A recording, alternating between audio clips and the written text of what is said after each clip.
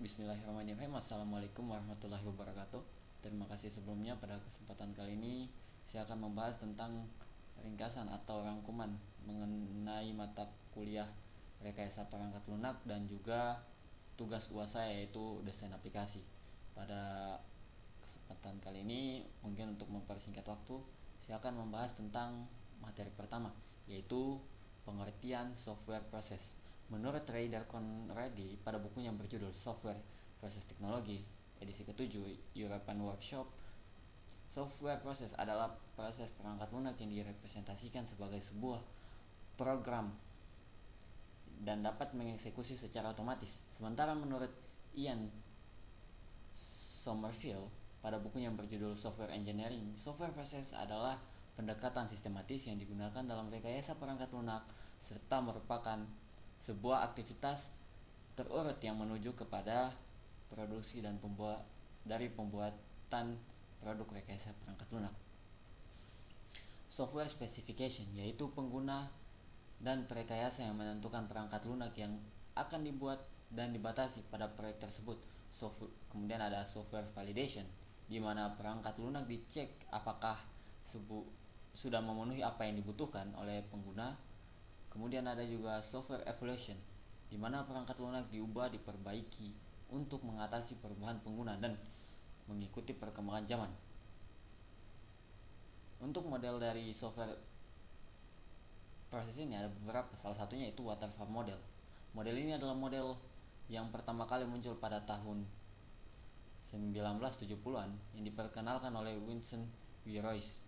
Kemudian ada model RID, Rapid Application Development, adalah sebuah strategi pengembangan sistem yang menekankan kecepatan pengembangan melalui keterlibatan pengguna dalam pembangunan secara cepat, iteratif, dan incremental dari suatu serangkaian prototipe dari suatu sistem yang dapat dikembangkan menjadi suatu sistem akhir versi tertentu. Kemudian lanjut kepada materi berikutnya, yaitu Agile Practice. Agile Practice adalah sekumpulan metode pengembangan software yang dilakukan secara bertahap dan berulang. Setiap iterasi pada Agile juga berbeda durasinya, tergantung proyek yang kita kerjakan dan metode yang digunakan. Namun pada umumnya iterasi berjalan antar 1 sampai 4 minggu. Contohnya, kita sedang mengembangkan aplikasi peta, lalu tiba-tiba terjadi pandemi yang memunculkan kebutuhan baru di masyarakat tentang update informasi sebaran virus. Agile merupakan alternatif dari metode waterfall yang linear dan tidak bisa diubah di tengah proses pengembangannya. Masalahnya, kebutuhan pasar mulai berubah dengan cepat. Efeknya, banyak software dengan metode waterfall yang tidak dibutuhkan lagi di pasar saat ini.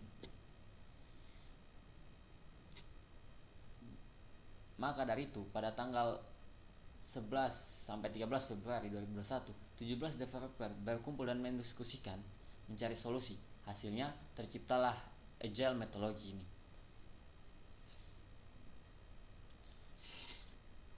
Kemudian materi berikutnya, macam-macam Agile. Nah, sebagai sebuah framework, Agile Development menggunakan 8 metode yang berbeda, yaitu Scrum yang merupakan metode Agile yang berfokus kepada pengembangan software kompleks. Pengerjaan software pada Scrum dibagi menjadi beberapa proses kecil yang disebut dengan sprints. Lanjut berikutnya ada Scaled Agile Framework, ditujukan pada perusahaan besar atau enterprise yang ingin menerapkan metode Agile. Perusahaan besar cenderung kaku dan terstruktur, divisi dan juga tim yang banyak. Tak jarang pengembangan keputusan terkait proyek bisa memakan waktu lama karena perlu koordinasi antar divisi. Kemudian ada Lean Software Development.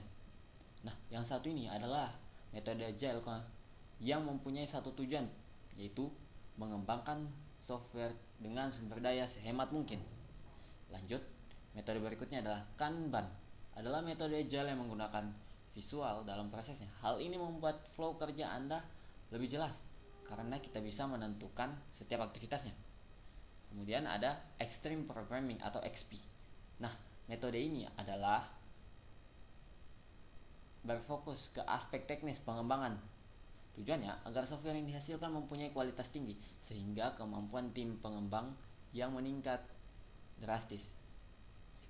Selanjutnya ada kristal metodologi.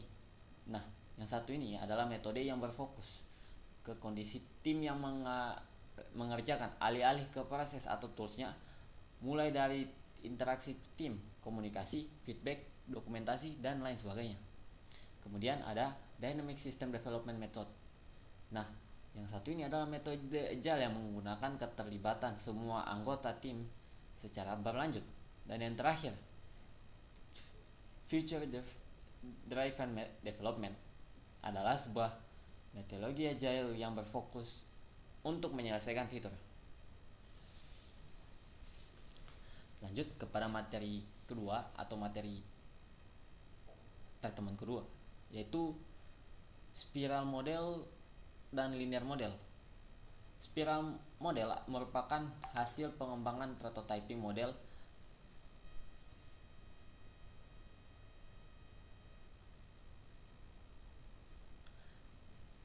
Spiral model merupakan hasil pengembangan dari prototyping model dan waterfall model, sedangkan linear sequential model merupakan model pertama sehingga dapat terbilang ketinggalan zaman. Hal kedua adalah alasan dari kedua model tersebut. Tujuan dari linear sequential model itu memperkecil masalah-masalah jika terjadi kesalahan dan juga mempermudah dalam memilih software mana yang ingin dikerjakan terlebih dahulu. Sedangkan tujuan yang diinginkan oleh spiral model adalah mengembangkan software dengan cepat dan menyelesaikan suatu sistem secara luas, kemudian menyelesaikan fitur dari sistem tersebut yang akan dikembangkan sehingga pengimplementasian proyek menjadi lebih cepat. Dan spiral model dibagi menjadi sejumlah aktivitas, yaitu customer communication, planning, risk analysis, engineering, construction and release, dan customer evaluation. Dari keempat kelemahan linear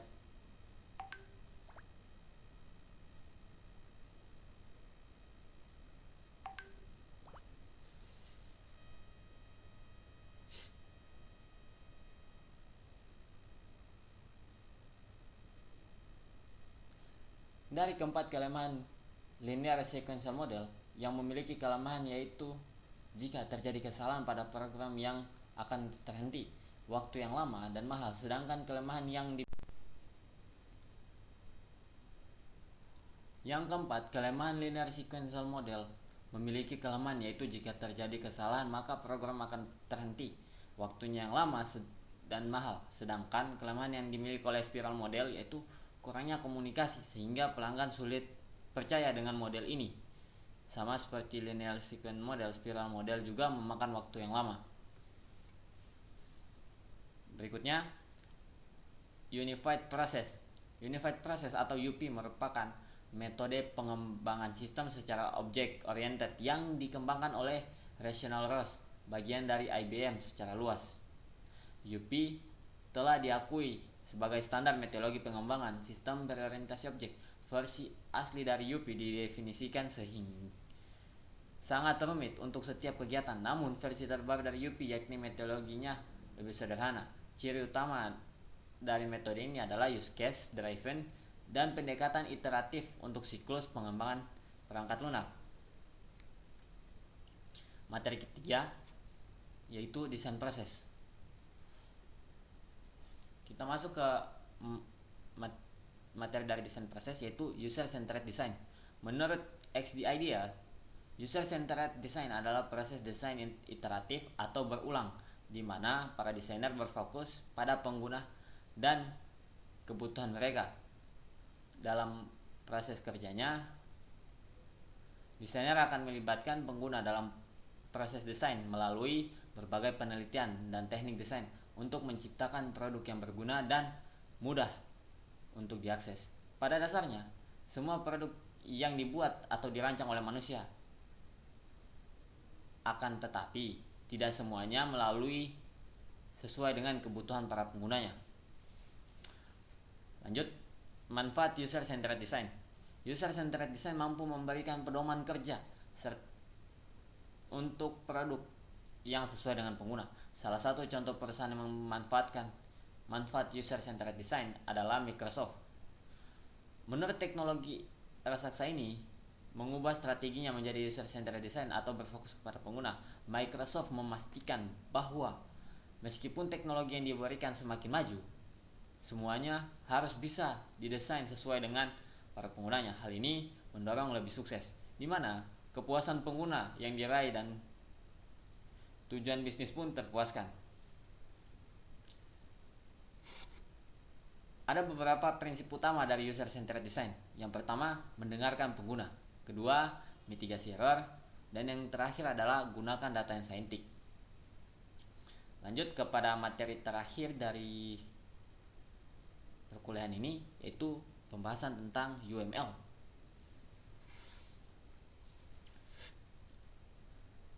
Sebelum masuk ke pembahasannya lebih mendalam, mari kita mentelaah atau mengerti dulu apa sih itu UML. UML adalah suatu metode pemodelan secara visual yang digunakan sebagai sarana perancangan sistem berorientasi objek. UML juga dapat didefinisikan sebagai suatu bahasa standar visualisasi, perancangan, dan pendokumentasian sistem, atau dikenal juga bahasa standar penulisan blueprint sebuah software.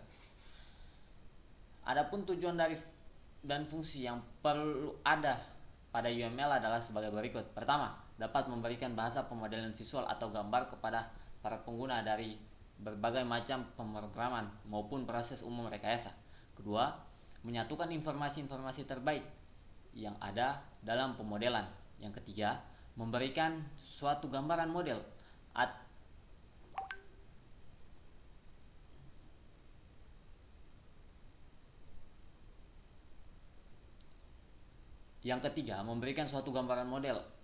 atau sebagai bahasa pemodelan visual yang ekspresif dalam pengembangan sistem.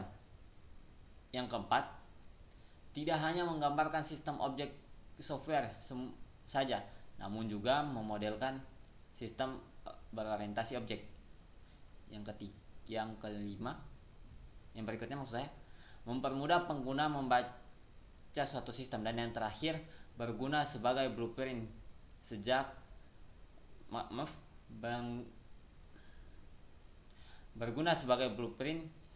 jelas ini nantinya menjelaskan informasi yang lebih detail dalam perancangan berupa coding atau suatu program.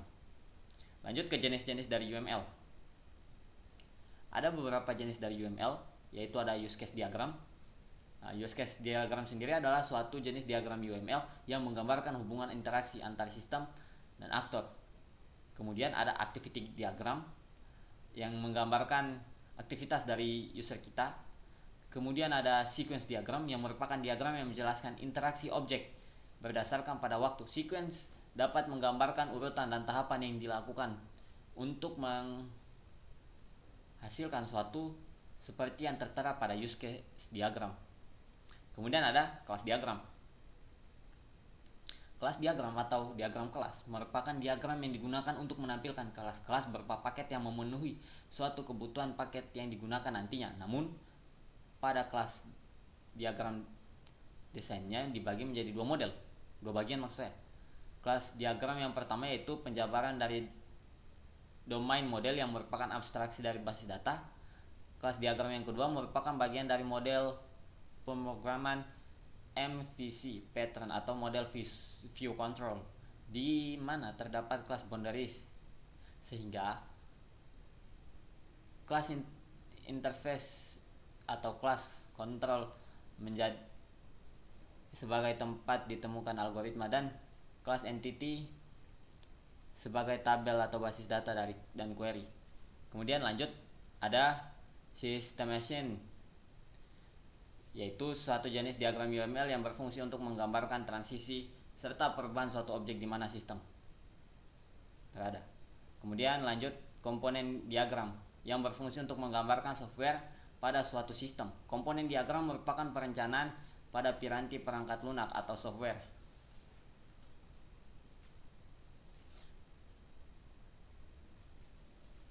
Ya, lanjut. Itu adalah penjelasan dari ringkasan materi perkuliahan rekayasa perangkat lunak. Kita masuk kepada pembahasan berikutnya, yaitu pembahasan tugas atau desain aplikasi milik saya. Sebelumnya di sini saya akan menjelaskan terlebih dahulu apa sih aplikasi yang akan saya kembangkan dan apa saja nantinya yang akan ada pada aplikasi tersebut. Di sini saya akan mengembangkan sebuah aplikasi pemesanan tiket mirip seperti Tix ID. Ya, pemesanan tiket bioskop secara online, Mas. Lebih rincinya seperti itu. Yang dimana di sini saya membuat beberapa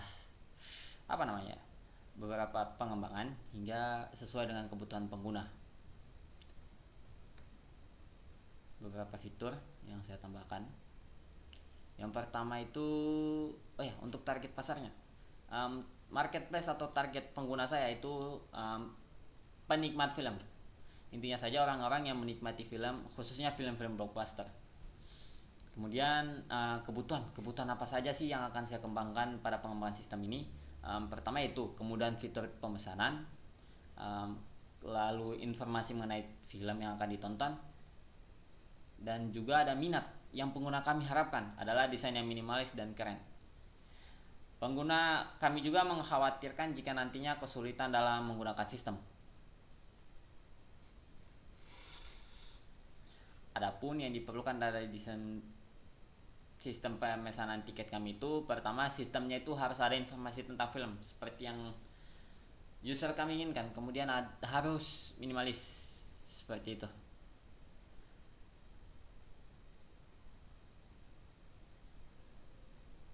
Nah, lanjut berikutnya itu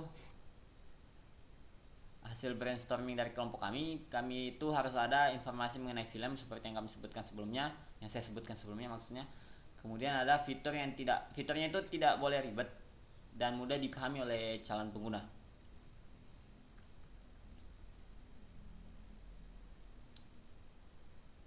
Lanjut berikutnya, adapun pro kontra yang timbul pada pengembangan aplikasi kami, yaitu pertama, untuk pro-nya sendiri itu mudah digunakan oleh calon pengguna. Kemudian desainnya yang minimalis dan juga simple.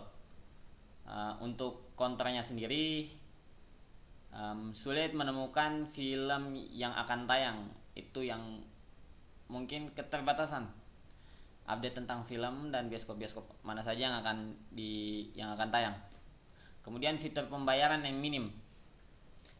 User kami takut jika nantinya fitur pembayaran itu cuman menggunakan uang menggunakan kartu ATM.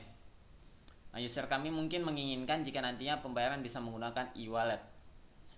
Kemudian sulit diakses oleh pengguna yang memiliki gadget spek bawah. Spek bawah di sini artinya spek HP-nya itu masih di bawah. Jadi user kami itu takut jika nanti tidak dapat diakses oleh pengguna dengan user seperti itu. Adapun solusi yang kami pilih di sini menyediakan desain yang minimalis dan tidak mempersulit user. Kemudian saya juga akan menambahkan informasi tentang kapan film itu akan rilis. Jadi pengguna tidak akan berpikir bahwa film yang mereka tunggu itu tidak akan rilis. Jadi kami akan membuatkan sebuah tabel yang menampilkan film tersebut kapan rilis. Dan kami coba kembangkan sedemikian rupa agar mampu digunakan oleh banyak device.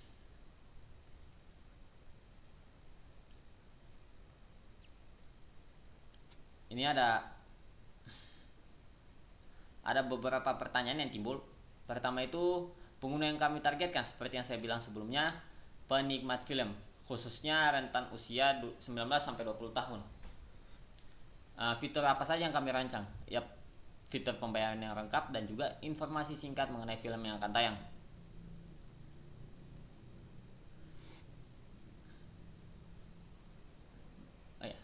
Fitur ini akan memenuhi pengguna kami. Mereka akan lebih mudah memesan tiket tanpa harus keluar rumah. Terlebih lagi di kondisi pandemi seperti ini, pengguna kita dapat memesan tiket untuk menonton filmnya dari rumah dan mengetahui kapan informasi film tersebut akan rilis. Berikutnya, fitur apa saja yang tidak kami masukkan atau tidak kami ingin masukkan. Nah, di sini yang menjadi sebuah hal yang ambigu. Semua fitur kami masukkan, semua fitur yang telah kami rencanakan kami masukkan. Jadi fitur yang saya sudah merancang aplikasi ini sedemikian rupa mungkin sehingga tidak ada fitur yang terbuang percuma. Jadi semua fitur itu dapat digunakan secara rinci seperti itu. Kemudian apa saja fitur yang Anda sukai pada diri sendiri? Tetapi Anda tidak masukkan karena di sini saya tidak menjalankan ego saya sendiri. Jadi saya menyesuaikan apa saja kebutuhan dari calon pengguna saya. Tidak ada fitur yang saya inginkan. Semua fitur yang pengguna inginkan itu saya juga inginkan ada pada pengembangan aplikasi saya. Jadi ketika dikembangkan, aplikasi ini sesuai dengan kemauan saya sebagai seorang developer dan kemauan user sebagai pengguna dari aplikasi ini. Terlebih lagi, di sini saya memfokuskan kepada apa yang diinginkan user, sehingga pada saat saya mengembangkannya, aplikasi yang saya kembangkan itu tidak rancu atau tidak amburadul seperti itu. Jadi saya memposisikan diri sebagai seorang developer dan juga user. Saya harus mengetahui apa yang user saya mau dan saya harus mengetahui apa juga yang saya ingin mau. Saya kemudian sinkronkan sehingga sini saya memutuskan tidak ada fitur yang saya masukkan di sini karena fitur ini sudah sesuai dengan sistem yang akan saya kembangkan. Baik, itu saja mungkin penjelasan mengenai ringkasan materi pada mata kuliah rekayasa perangkat lunak ini. Lebih dan kurangnya mohon dimaafkan. Saya Laude Muhammad Ilham Setiawan mengundurkan diri. Wabillahi taufiq wal hidayah. Wassalamualaikum warahmatullahi wabarakatuh. Sekian dan terima kasih.